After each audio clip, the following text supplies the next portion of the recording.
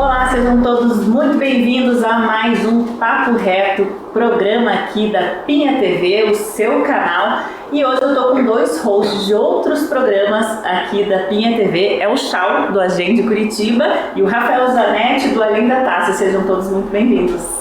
Prazer, obrigado. Prazer. Uma sensação diferente, um pouco tá do outro lado aqui da cadeira, né, Chau? Porque eu já gravei ali e agora a gente tá pro lado de cá. Vai ser divertido. Vai ser divertido. A nossa ideia mesmo é mostrar o que a gente vai fazer aqui na Pinha TV, né? Cada um com o seu canal. O Chau é músico e produtor audiovisual, envolvido também com a cultura local da cidade há muito tempo, tem banda há quase 20 anos. Rafael Zanetti é empresário, especialista em vinhos e gastronomia, fundador do Grupo Vino, né? Que hoje está em tem mais de 60 estabelecimentos aí em 14 cidades do Brasil. E eu queria começar entendendo com vocês como é que isso começou, Rafael, com você. Você já tomava vinho, se interessava por vinho? Como que isso começou para você? Na verdade, eu tomava... Meu pai sempre tomou vinho, mas de uma forma bem simples, em alguns momentos, vinho simples também. Não tinha nada de ritual, ou ter adega em casa, ou grandes vinhos, não era o caso. Mas ele tinha o hábito de tomar vinho em várias das refeições.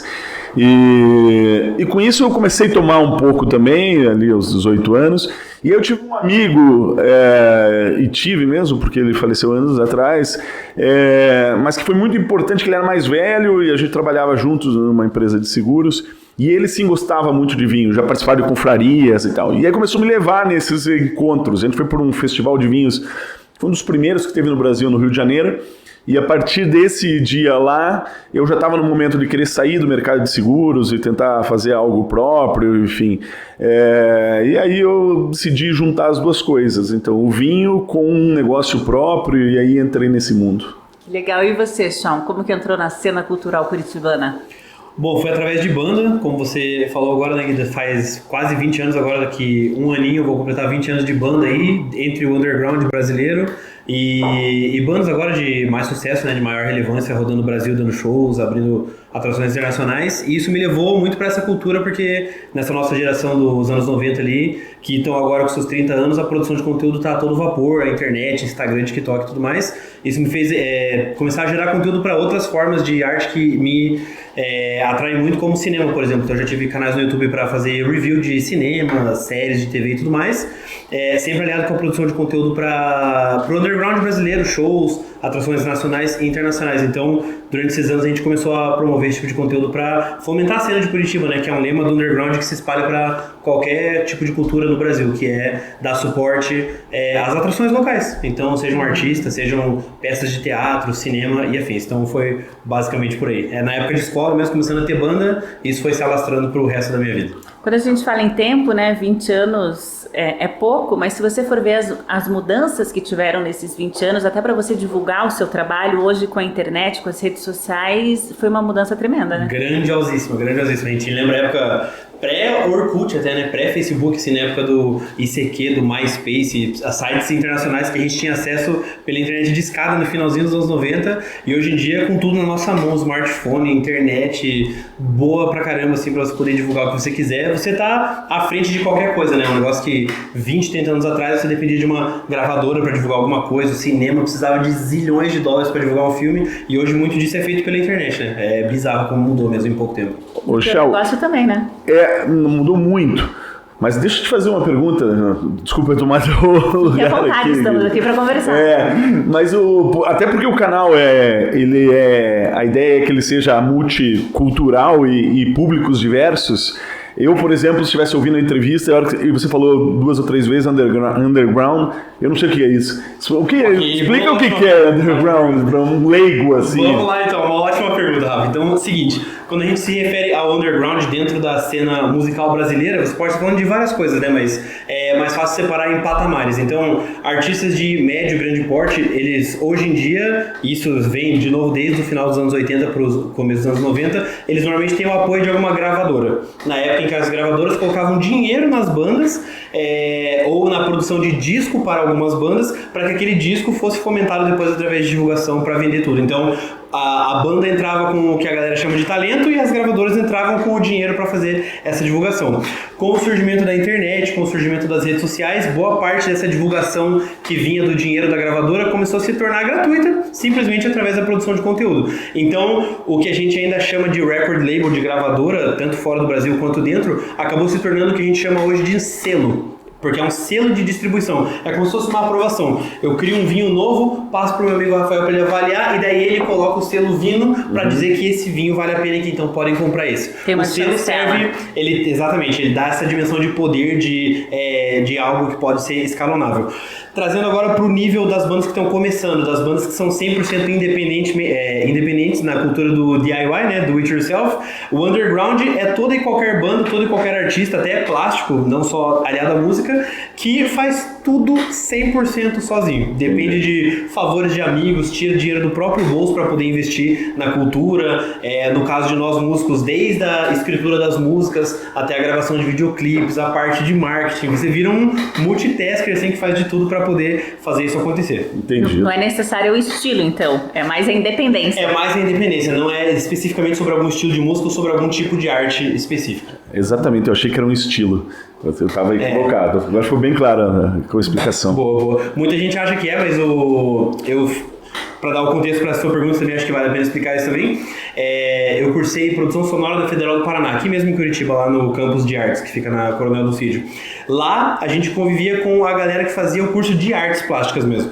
E lá foi quando eu descobri a primeira vez que o underground não era só sobre música, não era só sobre rock and roll, não era só sobre hardcore. Artistas pequenos que fazem tudo 100% eles mesmos, que não tem às vezes alguém que quer financiar a arte deles para que eles possam crescer, também são considerados artistas underground, porque eles não estão nesse circuito mainstream, né, que é essa palavra que ganhou força durante a pandemia. São as pessoas que não estão sendo vistas pela mídia, que não são expostas pela TV, muito também por causa do fim da MTV, que era o canal que mais divulgava música ao redor do mundo, o fim daquela fase da MTV, né? Ela ainda existe, mas num outro formato. Então, basicamente é isso. É um grande desafio, né, para esse pequeno, assim, no mundo, é o pequeno produtor de vinhos, né? Então as pessoas falam muito sobre algumas marcas, mas tem uma enormidade de outros produtores em volta. Você pega Bordeaux, por exemplo, que é uma região muito famosa da França, que faz alguns dos vinhos mais caros do mundo. E as pessoas falam muito desses vinhos. Não, vinhos da França, vinhos de Bordeaux são vinhos caros. Basicamente tem 100, 150 vinhos em Bordeaux que são caros e reputados e disputados. E tem 6 mil produtores. Então você pensa, os outros 5.800 estão ralando para vender vinho ali no mercadinho da esquina, no restaurante do vilarejo, enfim. É uma luta mesmo para o pequeno que não tem esse apoio de uma rede de distribuição e tudo mais. Mesmo estando numa região muito conceituada do vinho, né? Mas às vezes a disputa... O funil ali é muito grande, né? É muito grande, né? Igual um jogador de futebol aqui no Brasil, né? A disputa é muito grande, perfeito, né? Perfeito. É a faca de dois gumes, né? Por um lado, você tem tudo na sua mão, você pode fazer tudo sozinho. Por outro lado, outras 1 milhão de pessoas também têm esse mesmo poder. Claro. Então, se torna uma batalha no bom sentido, assim, de quem divulga melhor, quem chama mais atenção e assim vai. Então, é bem difícil navegar isso, porque o underground, ele traz essa dicotomia entre você focar na sua arte ou focar na sua divulgação, né? Ele sempre está tentando chegar num balanço. Então, isso é muito real. Falando nessa diferença, né, de alguns anos para cá, Rafael, quando você começou há 25 anos com o mercado do vinho, ainda era algo que estava começando aqui no Brasil. Hoje já é mais difundido, as mulheres bebem mais, a gente pesquisa na internet. Antes não tinha tanto isso, né? Fala um pouco dessa mudança. Não tinha nada disso. Na verdade, o mercado de vinhos, ele abriu com o governo Collor nos anos 90, que tirou as barreiras de importação. Ali começaram a chegar algumas marcas, mas o grande crescimento foi a partir do ano 2000. E ali sim, algumas importadoras em São Paulo começaram a criar catálogos com os grandes produtores do mundo e ter as grandes marcas e tudo mais. Mas era ainda um produto muito de luxo, um produto muito restrito, de um nicho muito específico. O primeiro negócio que eu tive, que eu era o franqueado de uma dessas importadoras aqui em Curitiba, o uniforme de trabalho no dia a dia era terno, preto e gravata. Caramba. Você trabalhava todos os dias de gravata. Pra manter o padrão. Numa loja de vinho, imagina. Mas com esse... E a loja era toda de madeira escura, assim. Então você imagina, uma loja toda de madeira escura, com iluminação indireta, os vendedores ali, a gente de terno, qual a chance de você conseguir um cliente novo, um cara que está começando, que quer... As pessoas entravam com medo, né? Ou não entravam. Isso mesmo já é uma barreira, né? Claro, tinha é igual quando você passa num shopping X e tem aquela joalheria super sofisticada que tem um segurança na frente, você não entra para dar uma olhada ali na vitrine, sob nenhuma hipótese. É isso, e o mercado de vinhos não tem nada a ver com isso, né? E era como acontecia no Brasil. Mas é natural, não é um problema do Brasil, é muito natural de mercados jovens que estão se formando, que a cultura do vinho está se formando, né? E os últimos 25 anos a transformação é brutal. Hoje a gente vê o grande público do vinho no Brasil inteiro, primeiro é feminino e segundo é relativamente jovem, aí até 40 anos, enfim. É o público de bar de vinhos, que vai que toma vinho em taça, que se reúne com os amigos para tomar vinho. Essa é uma transformação, isso não... Outra transformação, vinho branco, por exemplo, a geração do meu pai, ninguém tomava vinho branco, né? Tem um preconceito, eles têm até hoje, é difícil você vender para pessoas mais velhas vinho branco, as pessoas tinham preconceito, e até o preconceito eles tinham um pouco de razão, porque era muito ruim antigamente mesmo. Isso mudou completamente. Hoje se vende mais branco do que tinto para alguns públicos, né? Para alguns públicos específicos, se vende mais branco do que tinto. Mas a gente ainda escuta algumas pessoas falando, isso é vinho de mulherzinha. É isso. Sabe que o primeiro episódio meu aqui na PN TV, do Além da Taça, foi com duas mulheres para a gente falar um pouco da importância das mulheres nesse mercado e do efeito transformador que elas estão tendo. E um é esse, as mulheres têm que, e já mostro, que elas tomam o vinho que elas quiserem, não tem isso porque tinha isso, é docinho, é vinho de mulher, enfim, não tem absolutamente nada a ver, né? O paladar é de cada um e você pode gostar de vinho doce, que não é um problema, ou você pode gostar de vinho seco e não tem nada a ver se você é homem ou se é mulher. Né? Uhum. Só eu percebo assim, por exemplo, eu não entendo muito de música, não entendo muito de vinho, mas gosto dos dois. Uhum. Então assim, às vezes eu não sei embasar a minha opinião sobre o vinho, sobre a banda, mas eu sei se eu gosto ou se eu não gosto, perfeito, né? E é isso que importa. Com certeza. Isso até me trouxe uma lembrança, e você deve manjar disso muito mais que eu, Rafa, mas eu lembro nitidamente quando eu era criança, assim, eu viajava muito com os meus pais por causa do trabalho do meu pai, e a gente, esporadicamente, nessa cidade pra onde ia eu, meu pai e minha mãe, a gente sentava pra jantar em algum lugar, né? Às vezes com o chefe do meu pai e tudo mais. E eu lembro de cartelas de vinho, assim, que tinham drinks femininos ou drinks para mulher descritos, assim. Já, imagina uma segregação no papel dizendo assim, drinks para mulher, sim, ok? Drinks para homem. Sim. Senhor, peça o seu, senhora. Acabou, imagina, não? Claro, fora o absurdo que isso é, assim, como a interpretação desse tipo de bebida, socialmente falando, gerava até esse tipo de coisa, assim, né? Se você pensar, você senta num restaurante hoje, um casal, e pede a carta de vinhos, a pessoa normalmente entrega a carta de vinhos para quem? Né, exatamente. E por quê? E por que entrega pro homem? Costume, por isso. Assim. E muitas vezes as mulheres se entendem muito mais, sabem muito mais, e é quem vai escolher, enfim. A gente orienta no vinho em si a gente não tem carta de vinhos, a pessoa vai na prateleira, escolhe e tal. Mas nas minhas outras operações, pergunte quem que quer a carta, quem vai escolher, porque hoje não tem mais essa diferença. Perfeito. Ao contrário. Ou o clássico também, né, de uma mulher chegar sozinha no restaurante, assim, e o garçom não abordar ela até chegar o homem, na expectativa de que ela tá só esperando marido, pro marido fazer o pedido, escolher a bebida e tudo mais, né? Aí a pessoa fica lá plantada esperando alguma coisa acontecer. Estamos evoluindo ainda bem, né? Muito. E muito disso agora, até uma pergunta que eu quero passar pro Rafa daqui a pouquinho, que é falando da mudança cultural que eu vejo vou pegar cinema e música, assim, né? Que a gente tá muito ligado nesses dois. Como a presença da internet, principalmente assim, 2010 pra frente, fez o público feminino crescer demais nos dois, assim.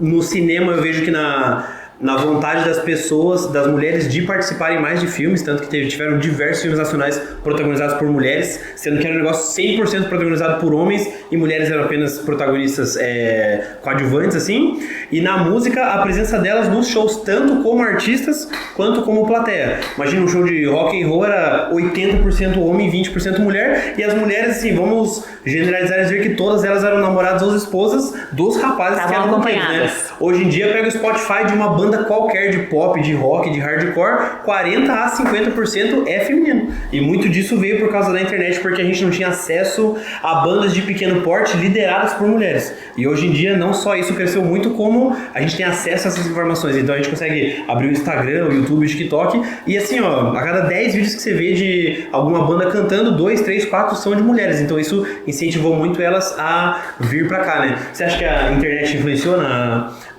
nesse ramo também, assim? O que a internet revolucionou no nosso negócio foi o acesso, em qualquer um, o acesso ao conhecimento, né? Então as pessoas eram muito restritas a 2 ou 3 marcas de vinhos, as mais conhecidas, porque elas ouviam falar, porque alguém tinha falado que era bom, enfim. E aí tinha todo um universo de outros rótulos que você não tinha conhecimento, que você não ouvia, que você não podia pesquisar, enfim. Isso foi a grande revolução através da internet, que hoje permite, no Brasil, estima-se que tem aproximadamente 60 mil rótulos importados hoje. Cara, 60 mil rótulos. Então você pensa... inclusive eu falo isso sempre, que eu acho uma pena as pessoas que falam assim, eu tomo sempre o vinho X. Porra, tem tanta coisa para tomar. Não é nem questão se esse é bom ou é ruim, é que o universo do vinho, até eu acho que isso tem uma similaridade com a música, o mais bacana é a diversidade. É experimentação. É a experimentação, é você conhecer, e inclusive faz parte da experiência, às vezes você não gostar. Perfeito. E não tem problema nenhum também. Não é um não gostar que imbebível. Daí é um vinho com defeito. Mas um que não é exatamente o teu paladar, mas tudo bem, mas você conheceu aquela região específica, aquela uva que você não conhecia, um país que você nunca tinha tomado. Ou seja, eu sou sempre um defensor da infidelidade no vinho. Claro, nesse Perfeito. Eu acho que nesse caso aí, eu tô com o poder de fala, como falam hoje, né? As mulheres estão quebrando barreiras, e eu até nem gosto muito desse termo, mas elas estão mais empoderadas também. Com certeza. Infelizmente não é a grande maioria, mas boa parte sai sozinha pra beber, pra curtir a banda que gosta, e não tá nem aí se os outros estão olhando, tá vendo se tá sozinho ou se não tá, eu tô fazendo o que eu quero, né? Perfeito. E isso, aos poucos, a gente vai mudando, né? Eu queria abordar uma outra coisa com vocês, que eu acho que os assuntos de vocês casam muito um com o outro. Muito disse que Curitiba é um mercado de teste, né? Tanto para música, quanto para restaurantes, para vinho. Isso ainda cabe, a gente ainda está nisso, que dizem que o curitibano é mais chato, é mais crítico, e que usam aqui para testes. Isso ainda cabe? Culturalmente falando, a gente tem o Curitiba, nós três que somos curitibanos, né? A gente sabe como é esse parcial preconceito e parcial realidade de que o curitibano é uma pessoa mais fechada, naturalmente. Não que é uma pessoa grossa, sem educação, mas é uma pessoa que não cumprimenta todo mundo, que não conhece, né? Tem essa vibe. E isso se traduz um pouco, sim, para shows. Então, é muito curioso conversar com artistas que vêm para Curitiba e não são daqui, porque eles sabem que muitas vezes o mesmo show que eles vão dar em São Paulo, no Rio de Janeiro, em Minas Gerais, talvez não funcione em Curitiba, porque é um público que às vezes ama você, que é o artista que ele pagou para ver, mas lá no show, nos primeiros minutos, ele vai estar de braço cruzado, olhando no fundo do seu olho, esperando para ver qual é a sua reação, esperando para ver qual tipo de show você dá. E se você não souber fazer esse crowd work, essa manejada de plateia, às vezes é um show muito duro, né? Então a gente sempre tenta quebrar a plateia, fazer as pessoas passarem desse momento de estarem paradas levemente desconfortáveis para ver quem vai ser o primeiro que vai pular, quem vai ser o primeiro que bater palma, até fazer todo mundo tá lá jogando braço. Esse artista chama também, né? Isso, exatamente. Então, para artistas e músicos no geral, eu diria que isso é bem realista. Assim, para peças de teatro isso acontece também. Então, é bem real, nesse mundo, pelo menos. E, Rafael, você que está aí com lojas em 14 estados do Brasil, isso cabe também ou não? Eu acho que não. Acho que no nosso segmento, as grandes tendências assim, do vinho, da gastronomia, elas vêm de São Paulo. Ainda é a grande referência, enfim. Tem ainda... Curitiba tem um lado ainda... não é uma crítica, mas é uma constatação meio provinciano, assim, de uma operação de São Paulo abriu uma filial em Curitiba, as pessoas acham super legal, porque veio de São Paulo, eu acho que ainda tem essa hype. Acontece ainda no nosso segmento. E as tendências mesmo gastronômicas, enfim, no mundo do vinho, elas são primeiro, as grandes importadoras estão lá, os restaurantes mais relevantes estão lá, então começa muito em São Paulo e depois vem para cá. O que tem aqui sempre é isso, o nosso cliente é um cliente de dia a dia um pouco mais difícil, né? Porque ele é mais introvertido, ele fala menos, então você não sabe se ele está gostando exatamente, enfim. Então você tem feedback é mais complicado. A forma de abordagem ali tem que ser mais sutil, é diferente da nossa operação de Salvador, que eu estava lá dias atrás, e que na segunda vez que você vai na mesa perguntar se tá tudo bem, ele já te chama para sentar junto na mesa e tomar uma taça, né? É completamente outro astral, não tem certo ou errado, são características, né? Características diferentes. E como que você vê na cena underground do vinho aqui na nossa região? Porque a gente tem muito da herança, né, europeia, e agora tem muitos produtores de vinhos, inclusive premiados. Como que a gente está aí nesse cenário? Falando de Brasil primeiro, né, Paraná eu acho que ainda está um pouco atrás, embora tenha alguns produtores aí fazendo belíssimos trabalhos, mas ainda são pontuais, né? Mas o Brasil, em algumas regiões, está vivendo uma onda de qualidade, enfim, e de crescimento de reputação, né? Então, obviamente, começa no Rio Grande do Sul, que é o grande produtor, né? Toda a Serra Gaúcha, Campanha lá embaixo. Depois isso chegou na Serra Catarinense, que hoje tem a região de Urubici, de São Joaquim, tem vinhos excelentes, sobretudo os brancos, e agora tem todo um movimento na região sudeste, né? No interior de São Paulo, sul de Minas, com vinhos muito legais. Paraná está nesse movimento, mas como eu disse, ainda pontualmente com alguns produtores, não é uma onda, né? Mas tem potencial, em algumas regiões tem potencial. Eu acho que assim, o vinho ele tem uma dificuldade diferente de cerveja, por exemplo, porque o vinho o produtor só tem uma chance por ano, né? É o que eu ia perguntar. Né? Então, para ele evoluir, precisa de tempo. Aos poucos. Não adianta, você não consegue fazer, minha cerveja não deu certo essa semana que vem eu faço outra panela e pronto, e sai outra e eu ajustei a receita. Não, vinho não deu certo essa colheita, amigo, ano que vem. Literalmente vai levar anos. Então assim, é um processo longo de aprendizado, de entender a região, de qual uva se adapta melhor, é natural isso, né? E o Brasil vem passando por isso, o Rio Grande do Sul começou antes, por isso já tá lá na frente. Eu acho que hoje é o grande protagonista dessa cena aí do vinho nacional. Uhum. E a gastronomia veio naturalmente junto com o vinho, né? No teu caso, você começou ali com a importadora, daí começou com comidinhas, e daí que você foi para a gastronomia. O que acontece é que tem a ver com como era o mercado, né? Essa minha primeira loja de vinhos era uma loja relativamente grande, com espaço, a gente tinha mais de 1000 rótulos na época, era sensacional assim, o portfólio. Mas era um momento que se vendia muito por telefone, catálogo e telefone. Caramba. Então o que se fazia? Já tinha um e-mail lá de clientes que compravam vinho, então você mandava o catálogo para a pessoa e a pessoa ligava e tal, e você entregava para ela. Ou seja, vinha pouquíssima gente na loja. O negócio até ia bem, era saudável, mas não tinha fluxo. E aí você estava ali numa loja enorme, pagando aluguel, luz, ar-condicionado e tal, e para entrar 3 pessoas por dia. E aí que veio a ideia da comida, pôr alguma coisa para comer, umas mesinhas, daí a pessoa vai vir aqui e toma um vinho aqui também. Uhum. Não tinha nenhuma pretensão de restaurante. Começou de uma forma muito amadora isso. E aí com o objetivo de trazer gente para dentro da loja. E aí com o tempo as coisas foram, o cliente mesmo pedindo coisas diferentes, a gente foi indo atrás, até que entrei em gastronomia aí, de cabeça, ali, uns anos depois, 2005, por aí. E grandes nomes já passaram ali pelo teu grupo, né? Inclusive, vamos comemorar agora os 20 anos, né, do Terra Madre com nomes referência na gastronomia. Esse foi o meu primeiro restaurante, assim, a primeira entrada na gastronomia de verdade foi o Terra Madre, que faz agora, dia 21, 20 anos. E tem uma história legal disso, passou muita gente bacana, que hoje estão brilhando em outros lugares e são chefes amigos, assim. Dentro da gastronomia ela tem, não sei se é um pouco diferente da música, na música eu não vejo mudar o vocalista de banda com alguma frequência, não sei muito se raro, né? Muito raro, E em restaurante acontece muito de mudar o chefe, né? Porque são ciclos e as pessoas querem outros objetivos, têm outros sonhos, outras metas, querem viajar, querem fazer outras coisas, então você... Dentro do restaurante você tem ciclo com uma pessoa na frente, depois com outra. Então a gente tem, ao longo dos 20 anos aí, 4 ou 5 chefes que foram importantes pra gente. Inclusive a gente está reunindo eles nesse evento. Que legal. Vamos nomeá-los então. O chefe Ivo Lopes, Lenin Pagliano, Rodrigo Martins, Simone Brunelli, que é italiano. Esse eu importei ele da Itália. Eu trouxe ele da Itália para cá. Foi um momento que eu queria dar uma cara mais autêntica de Itália para o Terra Madre. Ele ficou 4 anos conosco e agora ele tem uma pizzaria com massa e tal, no sul da Bahia, imagina. Olha só que curioso, caramba! Ele se apaixonou pelo Brasil. Da Itália para Curitiba e para Bahia. Se apaixonou pelo Brasil de um jeito que não queria mais sair e tal. Daí ele foi fazer um trabalho em uma pousada lá no sul da Bahia, na Península do Maraú.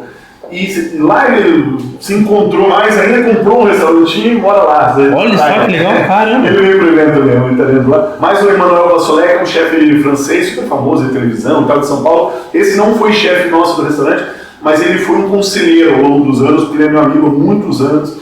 E desde a concepção do restaurante ele foi como um consultor e tal, enfim, então ele está vindo pro jantar também. Nomes Muito de peso. legal. E você percebe ainda que as pessoas, como você disse, se prendem. Ah, esse veio da Itália, tem o Bassolei que já trabalhou em outros lugares, ou seja, vamos aproveitar que eles estão em Curitiba? Sim, tem. Tem as pessoas que são mais ligadas nisso. Tem gente que, a grande maioria, vai no restaurante pela comida, pelo ambiente, para comer e tal, não importa quem é o chefe.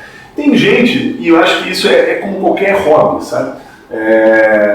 Meu irmão, eu pego qualquer carro e pergunto para ele sabe qual que é o carburador, quantos cavalos tem, eu não sei absolutamente nada disso, eu sei dirigir isso. E assim vai ter a pessoa de restaurante, que gosta de saber quem é o chefe, qual que é a linha do chefe, o que ele faz, e aí esses nomes realmente eles atraem, né? Porque são todos esses que eu citei, eles hoje estão... tem empreendimentos de sucesso, tem relevância, tem premiações e tal. Então as pessoas gostam.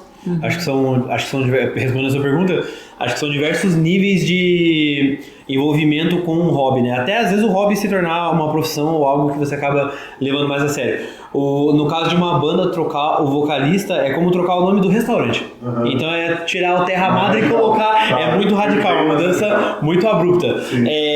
Porém, a curiosidade, acho que uma analogia legal entre o seu mundo e o meu é que a banda, embora ela seja fundada em uma cidade e ela vai representar essa cidade pro resto da vida, né? Até com muito orgulho a gente vai lá pra Brasília. Somos uma banda de rock lá de Curitiba, né? Pra gerar toda essa hype, esse engajamento.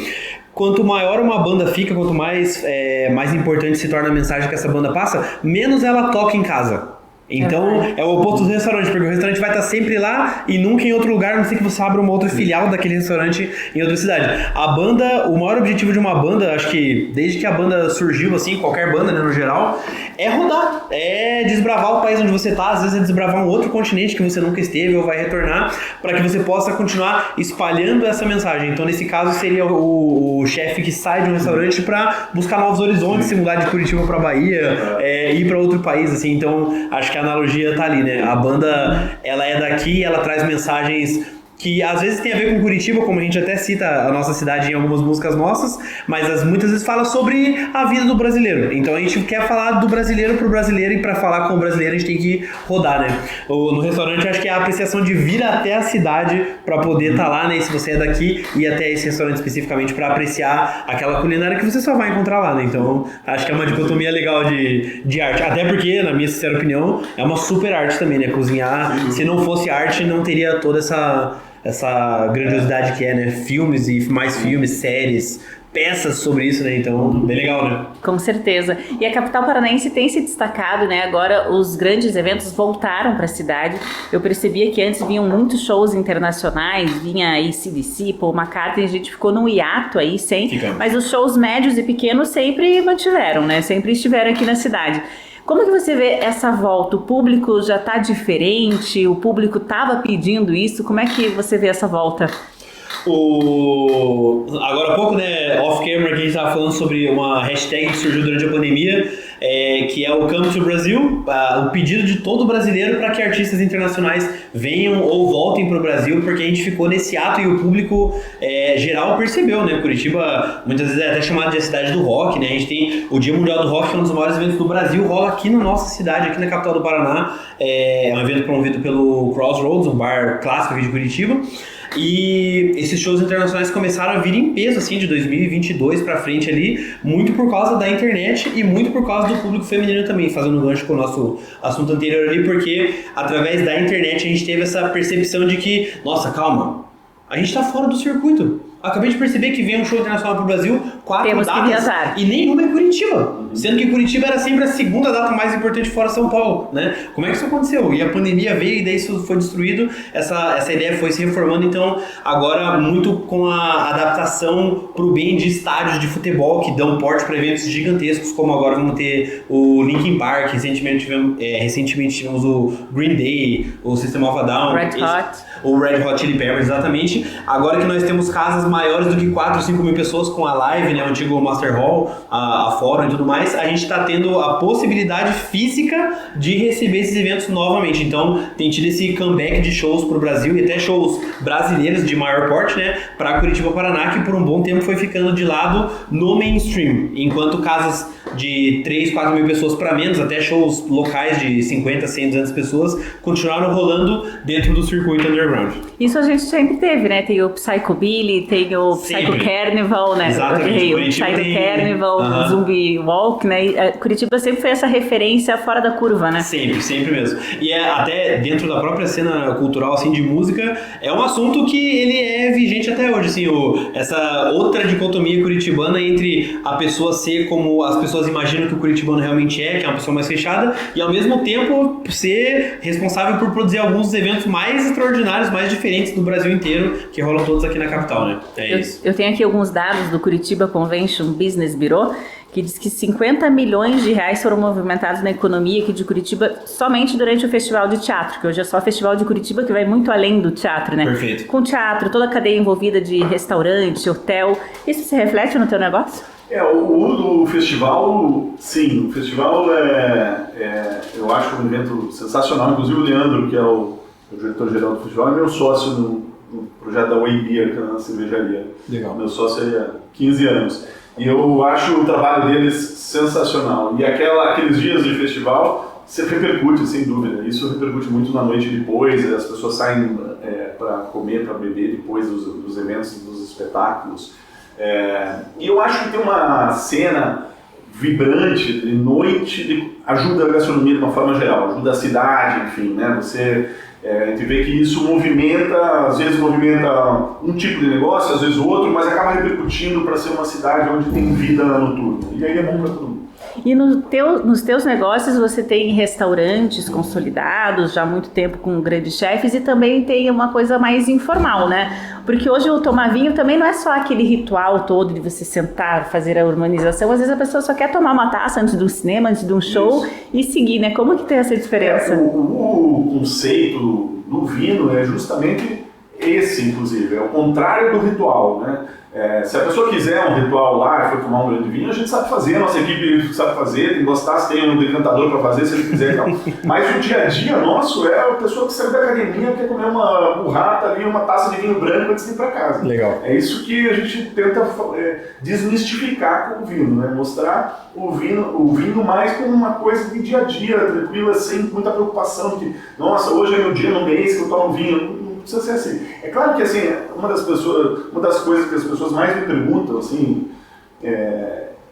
por que o vinho no Brasil não se populariza. Uhum. E a minha resposta é, assim, eu estou há 20 anos nisso, é muito clara para mim, não tem absolutamente nada a ver com cultura, isso tem a ver com dinheiro. Claro. O vinho no Brasil é caro. Por uma série de razões. A cadeia é cara, os impostos são caros, o câmbio é alto, ou seja, o vinho, mesmo o vinho nacional tem uma tributação alta, ou seja, o vinho chega na ponta e onde as pessoas têm o primeiro contato com o vinho é em restaurante, não é em casa. Isso é mundial, tem esse estudo, as pessoas aprendem a tomar no restaurante e depois elas passam a comprar para tomar em casa. Perfeito. Só que no restaurante é o lugar mais caro que tem o vinho no Brasil ainda, qualquer um. E aí, por vários fatores. Restaurante, é a cadeia. Se você pensar, você tem importador, daí você tem o distribuidor, daí você tem o restaurante, você tem impostos. Vai somando os impostos. Isso, soma os impostos aqui e as margens aqui, o vinho chega aqui na ponta. O garçom trabalhando no adicional noturno, isso, tudo junto, né? O próprio, eu só posso imaginar o custo do processo para transportar tudo isso também, né? Porque não só não é um transporte clássico, né? É um produto frágil e tudo mais, como o tamanho da nossa nação afeta isso e afeta, fazendo essa conexão também, afeta a forma como uma banda se desloca no Brasil. É diferente de você estar na Europa, onde em 500 km você rodou 200 cidades, né? É isso. A gente tem franqueado em Rondonópolis, em Lucas do Rio Verde, enfim, onde o custo de frete e tudo mais. Então isso ainda penaliza muito e dificulta de mais gente tomando vinho, né? Eu acho uma pena, e acho que o dia que a gente tiver um governo que olhar para o vinho nacional como uma porta de entrada, fazer uma redução agressiva na tributação do vinho nacional, porque o que acontece? Se o vinho nacional fosse bom a R$20, muita gente ia tomar. Perfeito. Tranquilamente. E aí, depois, você pode migrar para outros vinhos. Pô, eu tenho condição financeira, gostei disso aqui. Então eu quero provar um de 30, um de 40. É exceção, né? E aí eu vou embora, né? Perfeito. Agora, se a tua base do bom numa carta de restaurante já é 150, não é todo mundo e toda Não hora é que você viável. vai poder tomar, né? Então, isso ainda é o grande inibidor do consumo. Você chegou nesse assunto, não tem como a gente não falar, né, dessa questão do descaminho de vinho, da falsificação de bebidas, que com o vinho é um pouco mais difícil, né? E é o crime organizado, né? Não tem como competir com o crime organizado, porque a gente vê, por exemplo, pessoas que vão até a Argentina comprar, mas às vezes compra para si, no máximo para dar de presente, mas o crime organizado eles vendem carretas, é muito complicado, né? Esse assunto eu posso falar com tranquilidade, porque eu falo há 10 anos que as pessoas, o consumidor está incentivando o crime organizado. Eu falo isso há mais de 10 anos. As pessoas acham o máximo pegar uma garrafa que comprou de descaminho, levar no churrasco e falar: quando você pagou 200, eu paguei 50, eu sou esperto. O brasileiro eu vangloriando do por 50 crime. e tal. E aí, essa cultura se disseminou de uma forma que antes, lá quando eu comecei, o que era o descaminho, o contrabando, né? Existem os dois tipos penais aí. Eram os tiozinhos que pegavam o carro, iam lá em barracão e traziam 10 Comprar caixas azeite de oliva e vinho. Isso, e ele tomava aqui, dava pro genro, vendia ali para um vizinho e tal. Isso acabou, isso. Hoje é absolutamente o crime organizado que domina, as quantidades são monumentais. Né? Eu tinha, durante a pandemia, eu tive um podcast que chamava Gastronautas, foi sensacional, assim, com o pessoal do Jornal Plural, e a gente levou um delegado da Receita de Barracão, ali, Johnny Cerqueira, né? São 3 cidades, Johnny Cerqueira e Barracão do lado do Brasil, lá. E Bernardo Iguri do lado da Argentina. O delegado da Receita dali para uma entrevista. E aí a gente começou a entrevista dando os parabéns para ele pelo número de apreensões que tinha saído no jornal e tal. Ele falou isso, obrigado e tal, mas a gente não pega nem 10% do que passa. Meu Deus. Ou seja, esse número expressivo é nada. É irrelevante dentro do que passa. Tá? Isso nós estamos 5 anos atrás. E o negócio explodiu. E aí agora por que tem o falsificado? Porque essa é a discussão, não vou entrar na questão do metanol e tal, porque isso é outra discussão. Mas falando do vinho, por que tem o falsificado? O falsificado no vinho é um processo caro. Né? Falsificar o que é? Basicamente você pegar um produto e transformá-lo, você vai vender outra coisa, né? É diferente do descaminho. O descaminho é você não pagar um imposto. Pegar de lá, trazer aqui e vender aqui sem pagar um imposto. É concorrência desleal com o mesmo produto. Isso. Agora, o falsificado não. Ele te vende um produto e na verdade é outra coisa que tem ali dentro. Só que o volume era pequeno antigamente, então não valia a pena falsificar o vinho do Catena, por exemplo. Não valia a pena. Porque é volume pequeno, como é que se faz? Então uma pequena indústria para fazer garrafa, rolha, rótulo, não. Só que daí o descaminho foi virando tão grande, que o volume hoje vale a pena falsificar. Meu Deus. Então agora tem vinho falsificado, efetivamente. Você vai comprar, você vai tomar... Não é só a troca de rótulo. Não. Falsificado. E aí pode ter qualquer coisa dentro. Não tem casos de contaminação severa no vinho, mas tem inúmeros... centenas de casos de pessoa que toma e diz que o vinho estava ruim, ou não estava igual o que tomou, óbvio. É outra coisa que te venderam. Pegaram um vinho de 50 cents de dólar e colocaram numa garrafa de um vinho de 10 dólares. Ou seja, agora, não pode passar o pano e culpar só o crime nisso. A culpa é do consumidor. Alguém compra. Isso. Se ninguém comprasse... Se as pessoas... me perguntam, mas o consumidor é obrigado a saber? Como é que ele sabe? Não é obrigado a saber, mas se no mercado inteiro custa 200 e estão oferecendo para ele por 50, eu acho que ele tem que... Alguma coisa tem, né? Alguma coisa errada tem, né? Exatamente por que tem essa diferença. E a gente vê hoje, né, bem isso que você falou, essa cultura do se dar bem, né, o jeitinho brasileiro, que não, esse vinho de 100, mas olha, eu tenho um esquema que por 60 eu levo e eu sou o bom da mesa. Eu tenho um contatinho do WhatsApp que ele entrega na minha casa e tal, e esse negócio foi grande. E hoje com o WhatsApp, a internet atrapalhou muito nisso, né? Tanto o WhatsApp quanto outra aberração que tem no Brasil são os marketplaces. Não vou citar nomes de quais, mas marketplace, sabe, né? Esses portais, aplicativos que vendem de tudo lá dentro. Por quê? Porque hoje qualquer pessoa entra num marketplace desse, monta sua lojinha lá e vende o que for. Pode vender um copo, vender celular, e vende vinho. E não tem ninguém verificando nada. Não verifica, e pior, pela nossa legislação, graças ao lobby dessas empresas, o marketplace não é responsável por que é vendido ali. Ele é um mero mediador. Isso. Então chega para você um vinho falsificado que você comprou naquele marketplace e eles não tem nada a ver com isso. Quem te vendeu foi aquele cara que tem lojinha dentro do meu negócio. Eu só faço a logística. Isso é uma bizarrice. Mas ganha o dele também, né? Com certeza. É uma bizarrice. Quer dizer, tinha que ter um controle para entrar dentro do meu marketplace. Eu quero ver nota fiscal, onde você compra e tal. Não tem. Outro paralelo que acontece entre esses dois mundos, que é a falsificação de uma palavra que a gente usa muito hoje em dia, que é merchandising. Que é tudo que no caso de música, né, tudo que um artista é capaz de vender como offspring da sua própria arte. Então, majoritariamente falando roupas, né, camisetas, shorts, bermudas, meias, bonés, jaquetas, enfim, e alguns acessórios como copos, canecas, esse tipo de coisa, acessórios para casa, digamos assim.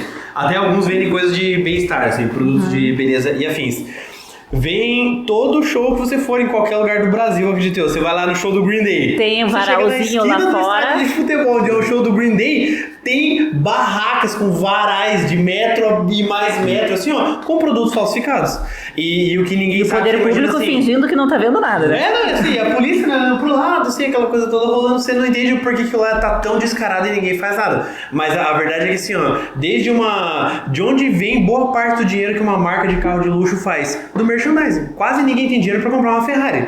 Mas eu e você, com certeza, temos dinheiro pra comprar uma Polo da Ferrari. Um boné da Ferrari. Um boné da Ferrari, exatamente. A mesma coisa acontece com banda. Como esse é o produto mais fácil de você adquirir para dar suporte ao artista, as pessoas vão adquirindo isso, mas o produto falsificado acaba facilitando demais para que o dinheiro do artista não vá para o artista, vá para essas pessoas que estão falsificando produtos. E a gente tem essa visão errada de que o artista que já está milionário, está gigantesco, um Green Day da vida, uma banda enorme, ela não depende mais desse dinheiro. Esse dinheiro é a maior parte do dinheiro que eles fazem até hoje, pelo site oficial e pelos shows. Se essas bandas não precisassem do dinheiro do cachê de um show grande e da venda de merchandising, eles nem viajariam mais, eles só gravariam as músicas e colocariam na internet. Que não é só o artista, né? Toda a cadeia. Toda a cadeia. Dele, né? Pega uma banda assim, ó, uma banda de pequeno porte como a nossa, a gente já move 5, 6 empregos anualmente, simplesmente por ter uma banda de pequeno porte. Uma banda de médio porte são 15 a 20 pessoas. Uma banda de grande porte que tem que ficar montando estruturas ao redor do mundo aí, a gente tá falando de 80, 100 pessoas para fazer um show acontecer.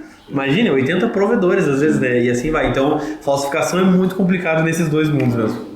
Olha, assunto tem de sobra, pena que nosso tempo está acabando e a gente ainda nem falou especificamente do programa de vocês. Então, por favor, fale o que você vai falar ali no Agende Curitiba, o que você vai trazer, quem quer assistir você. Fechou.